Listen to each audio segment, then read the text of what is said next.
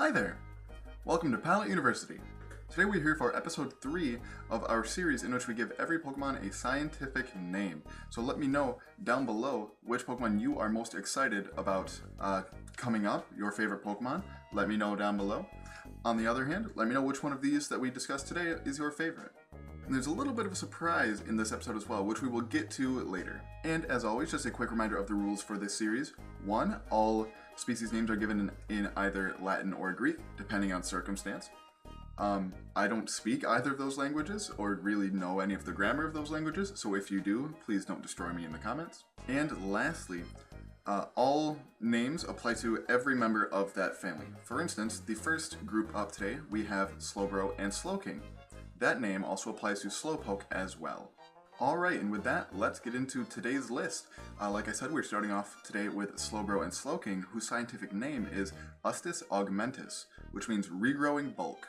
This name is a reference to all three members of this line, Slowpoke, Slowking, and Slowbro, all having the hidden ability Regenerator, as well as Slowpoke being able to regenerate their tails, which we see in Generation 2 with the whole Slowpoke Well Azalea Town shenanigans. Also, it's a little bit of a reference to just how annoyingly bulky Slowbro and Slowking can be sometimes, so I thought this name was quite appropriate.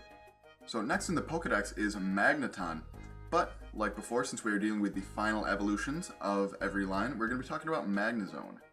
You know, originally, I did come up with a name for Magnezone. Once I got farther down the list to another Pokemon who is not necessarily alive, or really like, I shouldn't say like a living being, because just judging by the rules of Pokemon, like it is a Pokemon, it is alive, but it's not your typical life form. You know what I mean? It's not an animal, it's not a plant, it's not a fungus. So until I can come up with a better way to name these creatures, I'm gonna put all of the non-biotic Pokemon off until a later time.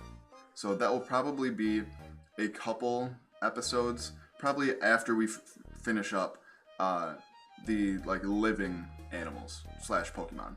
Alright, so moving on from Magnezone, we have Farfetch'd. In general, I just really like all the kind of forgotten about Pokemon, so Farfetch'd tends to be one of my favorite Pokemon from Generation 1. And its scientific name is Porus gladius, which means leek sword, for understandable reasons. It always carries around its leek, and it actually learns Leaf Blade by, I'm pretty sure it learned it by level up in at least the most recent couple of generations. So I think Leek Sword is a pretty appropriate name for this Pokemon. After Farfetch'd, we have yet another normal flying type bird Pokemon, Dodrio. Dodrio's scientific name is Tristruthio moa, which means 3 moa ostrich. Obviously, the 3 and ostrich part kind of makes sense, because it's a 3-headed ostrich, essentially. But I wanted to throw moa in there, because it's also potentially based off of the animal called a moa. A moa is a large, extinct flightless bird, which I believe is one of the largest birds, up there in like the top 2 or 3 largest birds that have ever lived. It was close to 10 feet tall. It lived in New Zealand and like the islands around there. It was just an incredible animal that unfortunately is extinct.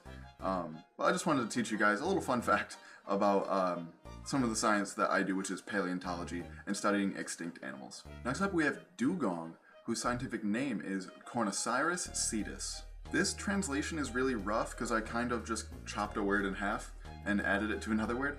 Roughly it means horned siren seal. So I'll break it apart for you. So the word corn, or cornu, or cornus, however the grammar works, I don't actually know. In Latin means horn, which is why unicorn means 1 horn. The Cyrus part of its genus name comes from the family of animals in real life that dugongs, not spelled like this, like the actual animal dugong, and manatees belong to, which is called Sirenia. Or it's not their family, it's their order. Sorry about that. The order that they belong to, which is Sirenia. And the cetus part of the name comes from the Latin word for seal.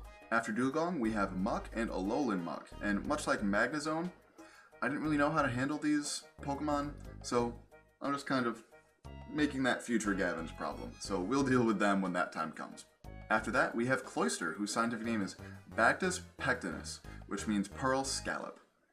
Scallops are a really interesting kind of clam. You've probably heard of them from food and stuff like that because they're a relatively common kind of seafood. But they're a clam that doesn't just kind of, just chill on the bottom. They actually can open themselves like this, and they actually fly through the water. Sort of like if you've ever seen SpongeBob, you'll know about scallops because they're basically the substitute of birds in the SpongeBob world. But also the pearl part comes from Cloyster's head being a pearl. After Cloyster, we have Gengar, who sort of falls in the same category as like Muck and Magnezone, where it's like it used to be alive, or maybe it's just like a shadow. Like Gengar's lore is really kind of iffy. So once again, until I figure out how to actually deal with it, following Gengar, we have Onix, but once again, since we are dealing with final evolutions, we're going to be talking about Steelix, whose scientific name is Caleb's giganguis, which I probably definitely just butchered. Anyway, it means giant steel snake, which is very self-explanatory. Steelix is one of the largest Pokemon there is, as well as its Pokedex classification being the Iron Snake Pokemon. And it's also a steel type, so next we have probably the creepiest Pokemon in my opinion, which is Hypno.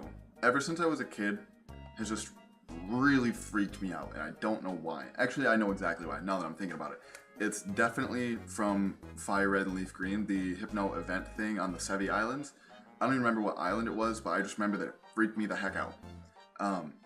And to reflect that, Hypno's scientific name is Sonomalum monstrum, which means evil sleep monster, for, again, pretty obvious reasons. After Hypno, we have Kingler, whose scientific name is Brachius praegrandis, which means enormous crab claw. I feel like that's just a very common theme in today's episode, where all of them are just like super literal meaning without much backstory behind them, you know what I mean? But fortunately, that changes with the last couple that we have coming up. Actually, I take that back, because the next one is Electrode, and much like Magnezone and Muck and Gengar, I don't really know what to do, so once again. Alright, so now we can get into the fun ones. So next up we have Executor and Alolan Executor. So the general scientific name for Executor is Palma hydris, which means palm tree hydra. Now the palm tree part's pretty obvious, but there's a pretty good theory that I think has a lot of backing to it, which I guess is not really a theory, it's more of a hypothesis. There's a very big difference between those two words. But if you go watch Birdkeeper Toby's Tree of Life video, in his Generation 1 segment of it, he talks about Executor being a dragon, because it is stated in the Pokedex that Alolan Executor is the true form of Executor, and other forms of Executor, like the shorter kind, are basically malnourished because they don't have enough sunlight.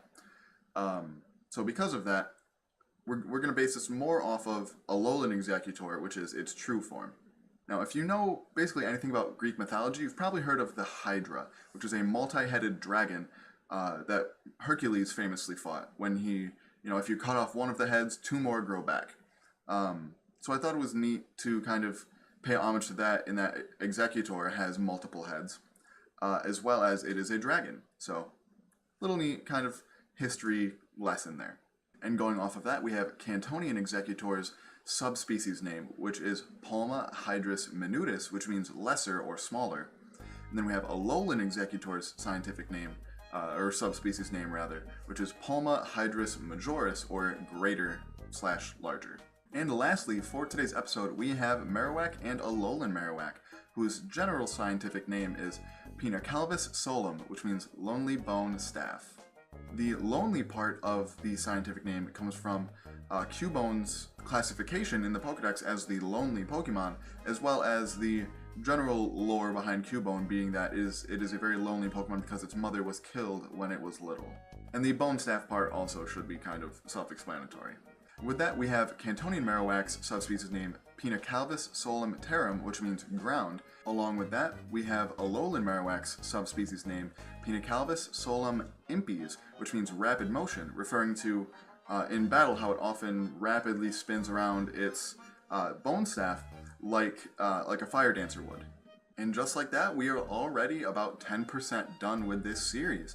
So that should leave roughly, I don't know, maybe 27 episodes to go.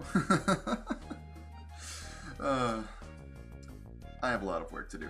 Anyway, there's a lot of Pokemon. Today's episode was a little bit shorter, but that's because, like I said a couple times, I didn't quite know how to handle the non-biotic Pokemon, so we'll just put those off until later. Hopefully you understand. But if you're excited to find out what they are, their scientific names are, as well as what we're doing next episode, let me know down below.